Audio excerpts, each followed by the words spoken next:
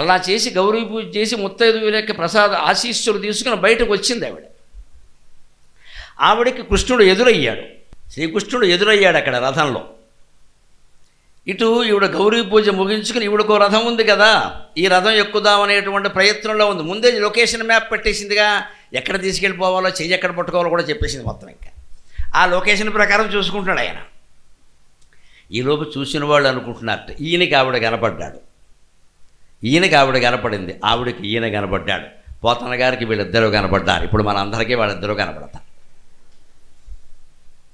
ఎటువంటి అమ్మాయిని కృష్ణుడు చూశాడు, ఎటువంటి అబ్బాయిని ఆవిడ చూసింది. అలినీలాలక పూర్ణచంద్రముఖిని ఏణాక్షిన్ ప్రభాళాధరన్ కలకంఠిన్ నవపల్లవాంఘ్రియుగళిన్ గంధీభకుంభస్తనిన్ పులిన శ్రోణిని ఇభేంద్రయానను అరుణంభోజాతహస్తన్ మహోత్పలగంధిన్ మృగరాజమధ్యగని విభ్రాంతాత్ములైరందరున్.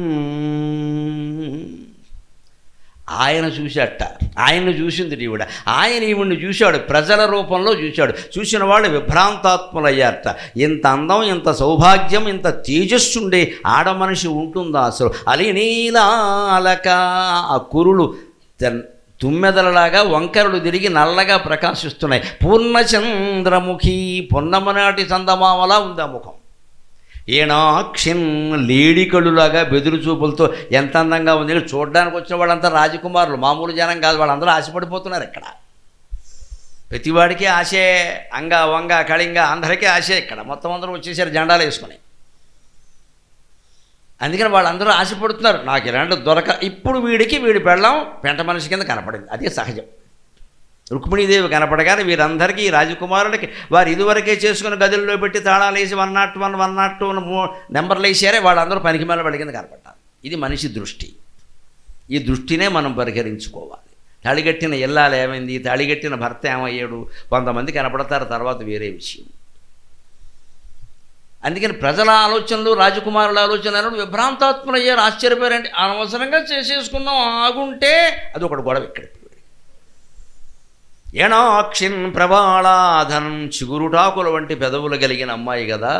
కలకంఠిన్ ఇలాగే మనిషి ఎంత అందంగా ఉంటే నోరు విప్పితే ఇంకెంత అందంగా ఉంటో, కంఠం మనోహరంగా ఉంటుందన్నమాట. నవపల్లవంఘ్రియుగళన్ ఆ పాదాలు, ఆవిడ పాదాలు కొత్త చిగురాకులు, అప్పుడే పూసినటువంటి చిగురాకుల్లా ఉన్నాయట.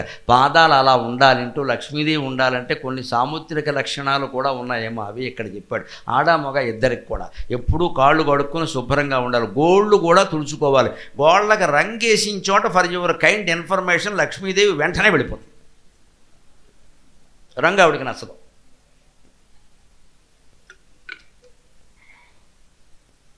ఇవి పెంటగోళ్ళు నేను ఉండనని చెబుతుంది ఆవిడ. రంగు వేయకూడదు. గోళ్ళు రంగు వేయకుండానే అందంగా ఉండొచ్చు. స్నానం చేసిన తర్వాత కాళ్ళతో పాటు గోళ్ళు కూడా తుడుచుకోవాలి. ఒక్కసారి ఇలా గోరుతో ఎలా అంటే ప్రతి గోరు మీద 10 గోళ్ళ మీద ఇలా ఓసారి గీకితే సారీ ఇంకేం అక్కర్లా, శుభ్రంగా ఉంటాయి. నెలకు ఓసారి గాలి గోళ్ళు తీసేసుకోవాలి ఆడ మగ. మంగళవారం శుక్రవారం వద్దు, అమావాస్య వద్దు. దాని కారణాలు దానికి ఉన్నాయి. ఇట్స్ నాట్ సెంటిమెంట్, అది పద్ధతి, అది శాస్త్రీయం. అమావాస్య నాడు కాలిగోళ్ళు తీయకూడదు. అమావాస్య నాడు క్షవరం చేయించుకోకూడదు. ఎందుకంటే అమావాస్య నాడు సర్వ జీవ రాశిలో జీవశక్తి చాలా తక్కువగా ఉంటుంది. కేవలం లలితా పరాభట్టారిక శిరస్సు మీద ఉండే నిత్యా షోడశికారూప శ్రీకంఠార్థ శరీరిని ఆ నిత్యా కళలో తప్పితే ప్రపంచమంతా జీవకళ తగ్గిపోయి ఉంటుంది. అందుకే మాంసాహారం తినేవాళ్ళని కూడా దండం పెట్టి కోరుతున్నారు. అమావాస్య నాడు తినకండి, అమావాస్య నాడు చంపకండి. నెలకొక్క రోజు ప్రమాదం ఏం లేదు. అది అమ్మవారి కోపం తెప్పించే విషయం. సమస్త జీవరాశి మనల్ని శపిస్తుంది. ఆ రోజు బలహీనంగా ఉంటాయి అన్ని ప్రాణులు. ఆ నిత్యా కళ నుంచి మళ్ళీ చంద్రుడు ఈ కళలన్నీ తోడుకుని మర్నాటి నుంచి విజృంభిస్తాడు. అందుకని అమావాస్య నాడు చేయకూడదు. మంగళవారం శుక్రవారం లక్ష్మీప్రదం కాబట్టి చేయొద్దు అన్నారు. అది కాకుండా చూసుకో, 27 రోజులు ఉన్నా సరిపోదేట. ఇక్కడ గోళ్ళు తీసేసుకోవాలి. అవి పెంచేయడం, వాటి మధ్యలో మట్టి చేరడం ఏదో అయిపోయి అవకేమవుతుంది. ఇక్కడ ఎప్పటికప్పుడు నెలకోసారి తీసి పారేయాలి. వెంటనే ఆ తీసిన గోళ్ళు ఎక్కడ పడితే అక్కడ రోడ్డు మీద పారేయకూడదండి. గోళ్ళు ఖచ్చితంగా ఓ పాత న్యూస్ పేపర్ లాంటి దాంట్లో పొట్లం కట్టి 2-3 రోజుల పాటు మన ఇంట్లోనే చెత్తబుట్టలో ఉంచాలి. బయట పారే వాటిలో జీవశక్తి ఉంది ఆ జీవశక్తిని ఆధారంగా చేసుకుని ఎవడైనా మంత్రజపం చేసి చేతపడి చేస్తే మేబీ పాసిబిలిటీ జరిగే అవకాశం ఉంది. తెలిసిన మనిషిగా చెబుతున్నా. వాళ్ళు గోళ్ల మీద తీసేసిన వెంట్రుకల మీదే ప్రయోగాలు చేస్తారు. మన ఇంటి ముందే తిరుగుతారు ఖచ్చితంగా. మన వేసేయాలనుకున్నవాడు అలాగే తిరుగుతాడు. గోళ్ళు వెంట్రుకలు సేకరిస్తాడు. అందుకే రోడ్డు మీద కూడా పెద్దవాళ్ళు చెబుతారు, వాళ్ళు తప్పు చెప్పట్ల. అడ్డమైన నడవక ఎక్కడ పడితే అక్కడ నడవకుండా, నిమ్మకాయలు కనపడినా ఈ గోళ్ళు వెంట్రుకలు ఉన్న చోట నడవకుండా, దేని మీద పడితే కాళ్ళు పెట్టకండి అంటారు. ఇంటికి వచ్చాక కాళ్ళు కడుక్కోమంటారు. అందుకని కాళ్ళు కడుక్కుంటే పోతుంది. అది చెయ్యాలి. వాళ్ళు శాదస్తం కొద్దీ చెప్పట్లేదు. నేను బూట్లేసి ఏం వేసుకెళ్ళినా కడుక్కోవాలి. అందుకోసం చెప్పింది. ఎందుకంటే బయట ఏదో దొరుకుతుంది, వాడు దాని మీదే చేస్తాడు ఖచ్చితంగా. పురాణాల్లో చాలా ఉన్నాయి ఇలాంటి కథలు, ఆధునిక శాస్త్రాల్లో ఉన్నాయి. అవి తీసిపారేయాల్సిన వ్యవహారాలు కాదు. వాటి ప్రభావం అంతా భగవన్నామంతో పోతుంది. అది వేరే విషయం. మన జాగ్రత్త మనం తీసుకోవాలి కదా. గోల్డ్ వెంటనే బయట పారేయకూడదు. ఎక్కడ పడితే అక్కడ దాన్ని పొట్లం కట్టి అలా పెట్టి 2-3 రోజులు అయ్యాక దాన్ని ఎక్కడో పాడేస్తే అప్పటికి జీవశక్తి పోయి. సరిగ్గా మనిషి ప్రాణం పోయినా సరే ఆ కొంత సమయంలోగా గుండెని ఊపిరితిత్తుల్ని తీస్తే అతికిస్తే బతుకుతున్నారు కదండి. తెలుస్తుంది కదా అవయవదానం. ఇంకా జీవశక్తి అందులో ఉందని అర్థమైంది కదా. గోళ్ళు వెంట్రుకలు అంతే ఉంది వాటిలో. ఎక్కడ పడితే అక్కడ పారేయకూడదు అవి.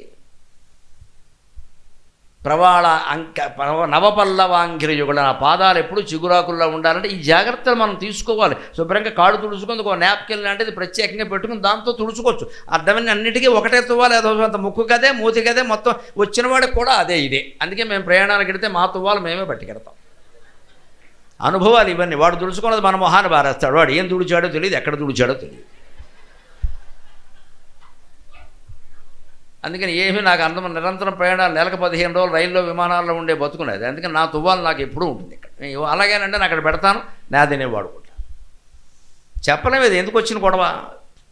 అందుకే కాళ్ళకి వేరే తువ్వాలు చిన్న గుడ్డమొక్క అక్కడ పెట్టుకుని గాలి కార్యాలు పెడితే తుడుచుకోవచ్చు. అన్ని నవపల్లవాంగ్రిజు కూడా గంధేభ కుంభస్థన్ వక్షస్థలాన్ని పూర్ణంగా వర్ణిస్తారు. ఎందుకంటే పిల్లలకి పాలు ఇయ్యాలి కాబట్టమ్మా, శృంగార సంకేతం కాదు.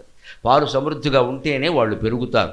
దేవతలకు వక్షస్థలాలను కూడా అలాగే వర్ణిస్తారు. అంటే 1-2 పిల్లలకి 3 పిల్లలకి పాలిచ్చే స్త్రీ వక్షస్థలమే ఎలా ఉంటే జగత్తంతటికీ పాలిచ్చి పోషించే గౌరీదేవి, లక్ష్మీదేవి, సరస్వతీదేవి వక్షస్థలం ఎలా ఉండాలండి. అందుకని ఏనుగు కుంభస్థలాలతో పర్వతాలతో పోలుస్తారమ్మా. కవులెవరు దుర్మార్గులు కాదు, శృంగార ప్రియులు కాదు. పిచ్చి పిచ్చి విమర్శలు చేయొద్దు తెలియకుండా. అది జగత్ పోషణ. అన్ని పాలు ఉండాలంటే పాల కుండ కూడా పెద్దదే ఉంటుంది కదా. ఏం మాట్లాడతారు. అదంతా శృంగారం. వీడి వెధవకి శృంగారం. వాల్మీకి వ్యాసుడికి శృంగారం కాదు అది. పులినశ్రోణిన్ కటిభాగాన్ని ఇసుక తిన్నతో పోలుస్తారు. ఎందుకండి స్త్రీల కటిభాగంలో వి ఆకారంలో ఉంటుంది ఎముక. గర్భధారణ చెయ్యాలి. పురుషుల ఆకారంలో ఇలా ఉంటుంది. అది వీడికి అక్కర్లేదు. స్త్రీలు గర్భం ధరిస్తేనే 140 కోట్లు అయ్యారు. పురుషులు కూడా ధరిస్తే 300 కోట్లు అవుతారు. దేనికి దానికే దేవుడికి లెక్క ఉంటుంది. అందుకని ఈ కటిభాగం ఇలా ఉంటుంది. మరి ఇలా ఉన్నటువంటి కటిభాగం విశాలంగా ఉండకుండా ఎలా ఉంటుందండి. స్త్రీకి కటిభాగం విశాలంగానే ఉండాలి. అది ఎందుకు వర్ణించారు అనద్దు. అది వర్ణిస్తారు. అది అన్నిట్లో భాగంగానే వర్ణించారు. చెయ్యి వర్ణించారు, విమర్శించావా. ముక్కు వర్ణించారు, విమర్శించావు. దీన్ని ఎందుకు విమర్శిస్తున్నావు ఇక్కడ. వీడి బుద్ధి చేతగాక.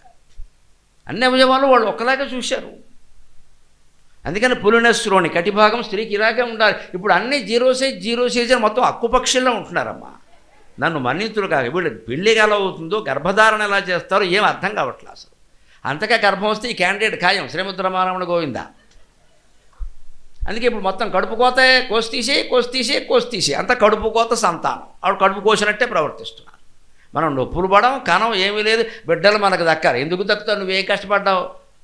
ఇవిడికి పడిన కష్టం వల్ల ఏంటంటే 24 గంటలకు ఒకసారి డైపర్ మార్చుట అదొక్కటే. అది కూడా 24 అవర్స్. అది కూడా వాళ్ళ అమ్మ ఉంటే మార్చక్కల, ఆవిడే మారుస్తాను. మమ్మీ అంటామే ఇక్కడ. నువ్వు ఏమీ కష్టపడలేదు బిడ్డ కోసం. మరి మా కోసం మా తల్లు నిజం చెప్పాలంటే గుడ్డలు పురుడు వచ్చింది అంటే 2 వస్తువులు, పాత గుడ్డలు, పాత బియ్యం.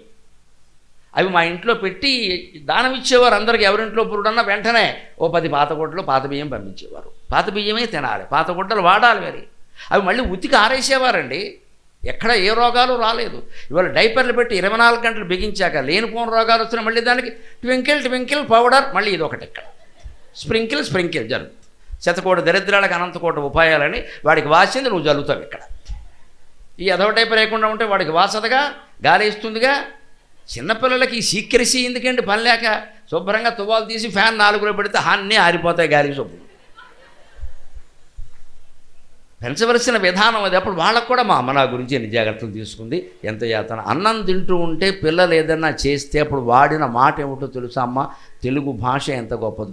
తల్లి చెప్పేది పిల్లకి, పిల్లాడు పావనం చేశాడే, పావనం ఏంటి, వాడు మొత్తం రెండో అయిపోతే ఎక్కడ అంటే తల్లి పరోక్షంగా చెబుతోంది, హైందవ మాత దాన్ని పవిత్రంగా భావించు, అసహ్యించుకోకు, దాన్ని పవిత్రంగా భావించు. ఇది తెలుగు భాష. ఇటువంటి మాట మీరు ఇంగ్లీషులో చూపించండి అమ్మా.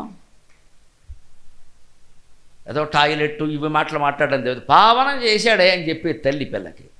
ఈ భోజనం చేస్తున్న తల్లి చెయ్యి కడుక్కొని వెళ్ళి వాడికి శుభ్రం చేసి మళ్ళీ వచ్చి తినేది. యావగింపు లేదు ఇక్కడ. బిడ్డ బిడ్డ బిడ్డ చేసింది యావగింపు ఏమిటంటే వాడు అంతకంటే ఏం చేస్తాడు? అప్పుడు దేశాన్ని ఉద్ధరిస్తాడా, యాత్ర చేస్తాడా? అవన్నీ బిడ్డ చూస్తున్నాడు, వాడికి తెలియదు అనుకోకుండా అనుభవిస్తున్నాడు. తల్లి స్పర్శ, తండ్రి స్పర్శ, అమ్మమ్మ స్పర్శ, మా అమ్మ స్పర్శ. వీళ్ళందరికీ నేను రుణపడున్నా, వీళ్ళందరికీ నేను రుణపడున్నా. ఇక వాడెందుకు ఓల్డేజ్ హోమ్లో చేరుస్తాడంట మనని? వాళ్ళు ఎవరు చేర్చలేదమ్మా, ఇప్పుడే చేరుస్తున్నారు. ఎందుకంటే మనం వాళ్ళకి ఏం చేయలేదు, వాళ్ళు మనకే ఏం చేయట్లా. ఈ సేవలు చెయ్యాలి, ఎంత వీలైతే అంత చెయ్యాలి.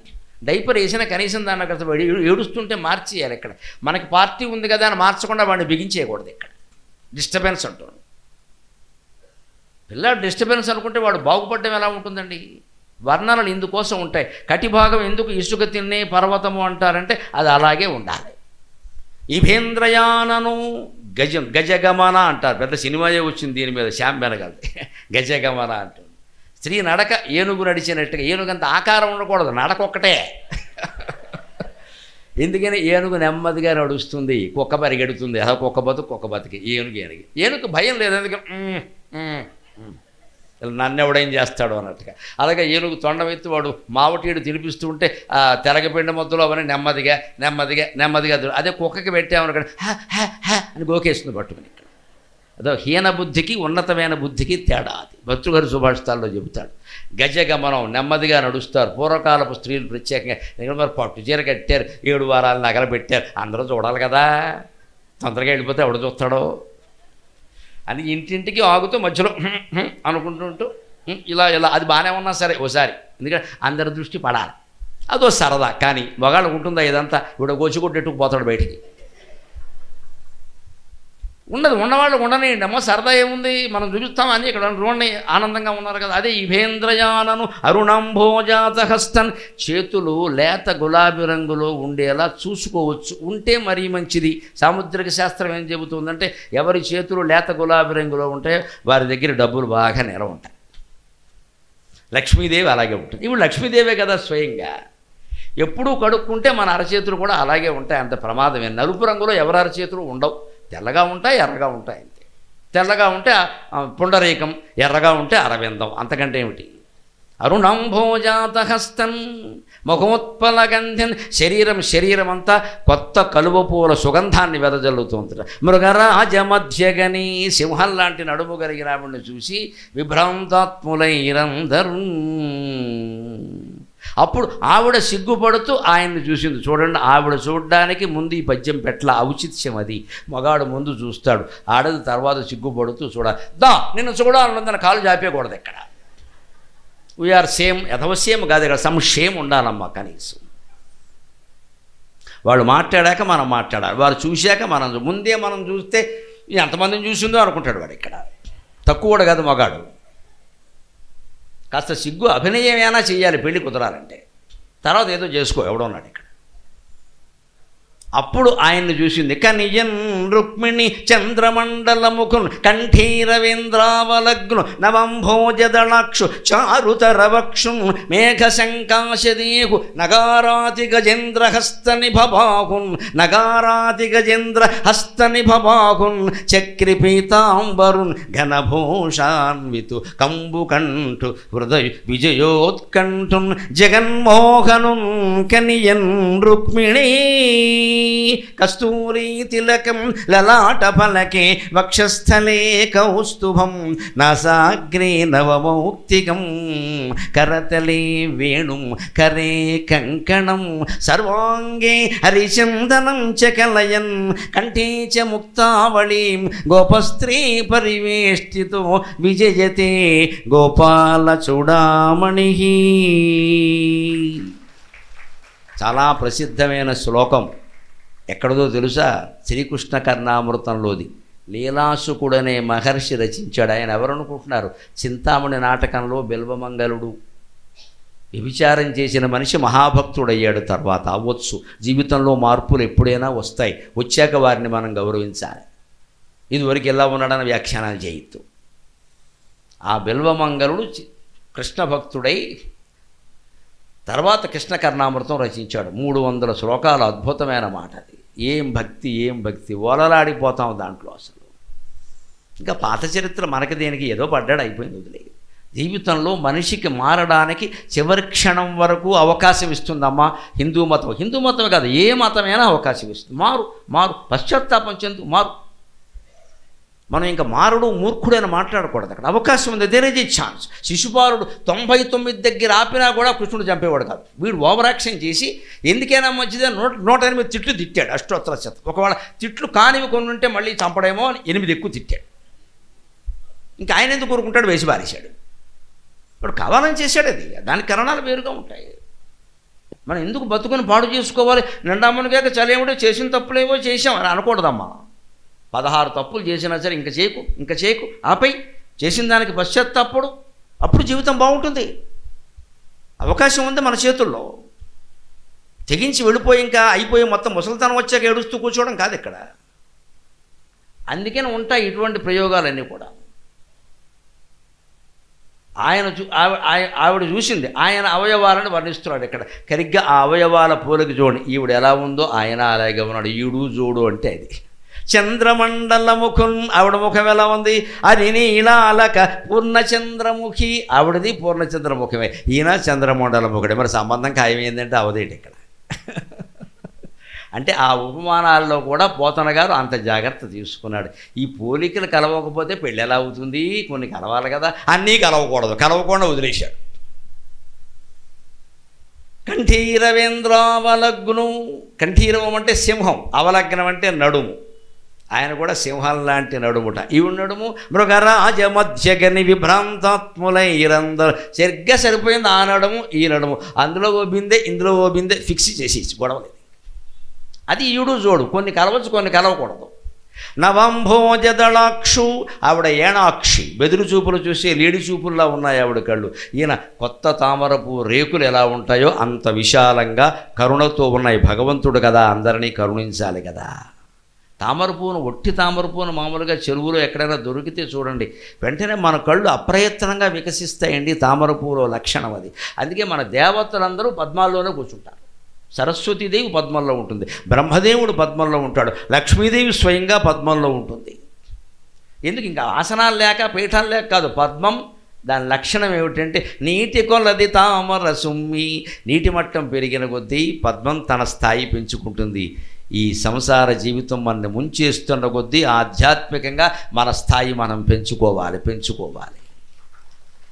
అది ముంచద్దు అని చెరువు వదిలి పారిపోవడం, సంసారం వదిలి పారిపోవడం, అది హిందూ ధర్మం అంగీకరి. నీ స్థాయి పెంచుకోవయ్యా. అది ఎంత పెరిగితే నీకే. నువ్వు జలకాలాడచ్చు కదా మోకాళ్ళతోటి. నువ్వు దానికి అందకుండా పెరుగు.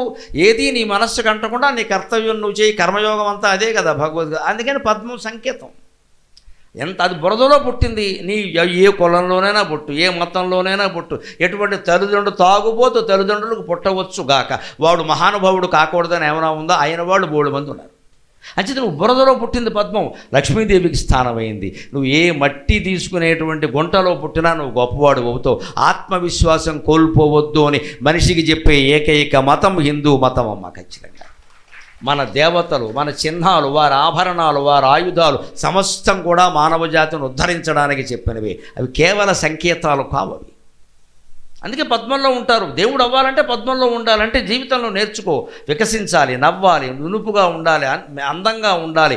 కానీ ఆపదలు వస్తూ ఉంటే నెమ్మదిగా సంపదలకు కూడా సంపదలు ఆపదలు ఏమొచ్చా ఎదిగిపో ఊరికి అంట. నీకు డబ్బు వచ్చింది, ఇచ్చేయవలసిన వాడికి ఇచ్చేయి. ఆపద వచ్చింది, ఏం చేయాలో చేసి వదిలే ఆ విషయాన్ని. ఇంకా కూర్చొని ఇలా అయింది అలా అయింది అని భజన చేయద్దు. ఇక్కడ పెద్ద చర్చ అదే.